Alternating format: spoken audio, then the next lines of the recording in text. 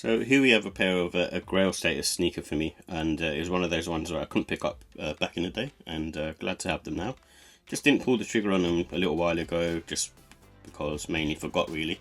And this is the Nike Air Huarache OG in Scream Green, and it's one of those trainers that has now sort of had, I suppose, become iconic status in the Air line.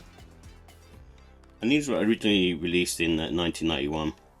And I just distinctly remember them coming out and just being completely different to anything else, especially because of Nike trainers as well, because I didn't have the swoosh on there. And they were predominantly made as a running shoe, so, and you know, it was to kind of sort of keep you locked in place, and it's a very cool trainer for that reason.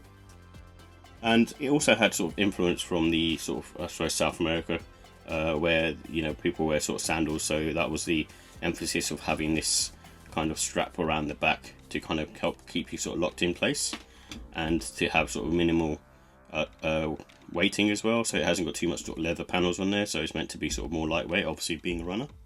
And also from a water sports aesthetic as well, so you can see this neoprene style sock, which was used in a lot of other trainers from Tinker Hatfield, such as the Jordan 7 and the Jordan 8 playoffs. So for me, it's one of those ones where I kind of like that they've done that, and you know, have this lining. You don't really see that, and it's quite a nice way to sort of lock you in place. I kind of like that, and also the colourway is very much sort of water sport vibe as well, quite sort of bright and vibrant.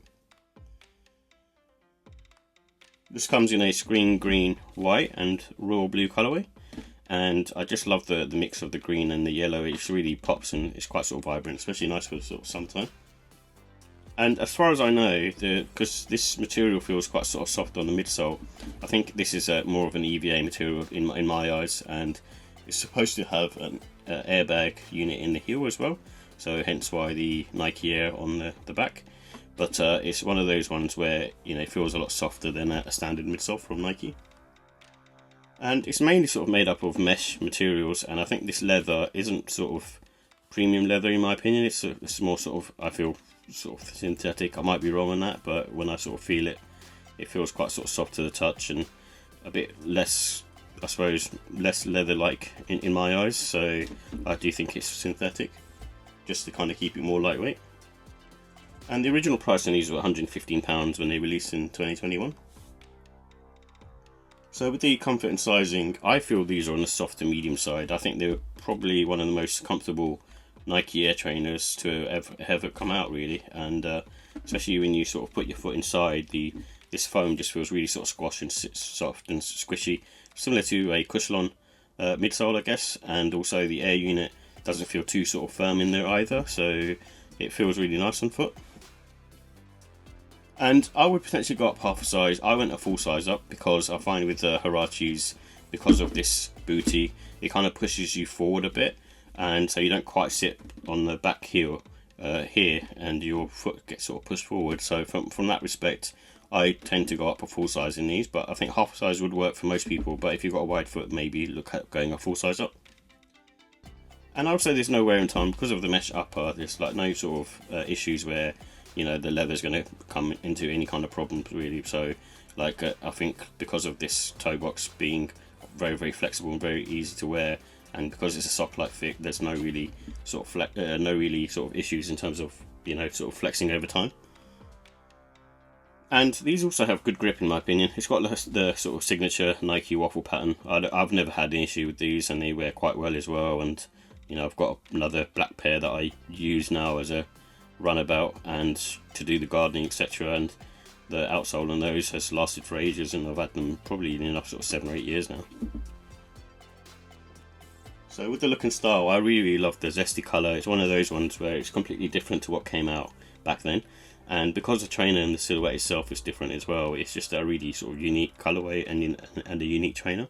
I would also like to have the mango pair, and I think it's a good one to rock spring summer. They feel really light on foot, very sort of easy to wear, very soft, and just a perfect summer shoe in my opinion as well. So for me, it's just a really cool shoe. And these ones, because of their sporty vibe, this is best to sort of wear them casually, and you know, just with some shorts and joggers, that kind of stuff. And you know, with jeans as well, I think it would work as well, but they're just more of a sporty look.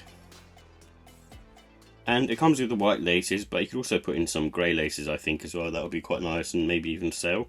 I'm not sure about putting in blue and, you know, green, because I think that would be a bit too much. So with the final thoughts, I like the classic OG colourway.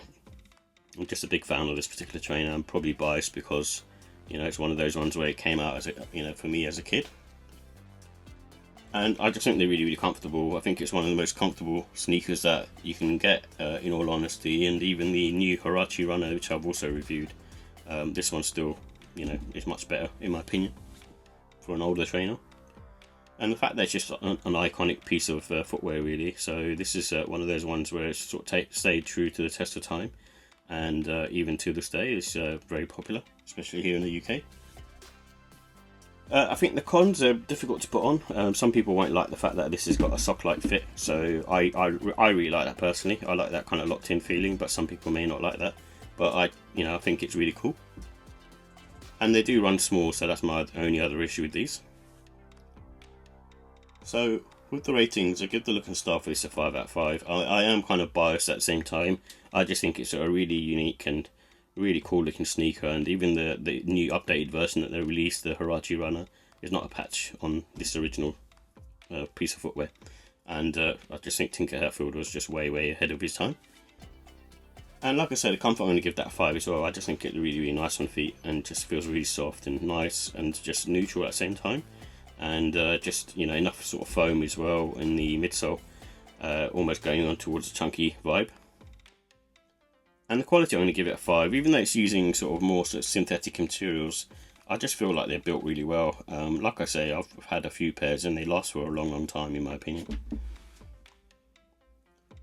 And the pricing, I give that a 5. I think is, well, they kind of retail around £115, and I even picked these up on the resale market 3 years later for pretty much even lower than retail. So for me, it's a win-win. And that's why overall I give the score a 5 out of 5. I just think it's a really cool sneaker, iconic, and an easy one to wear as well, and a nice sort of summer sneaker. And it also makes a statement because it is still, you know, even to this day, it just looks different to other trainers.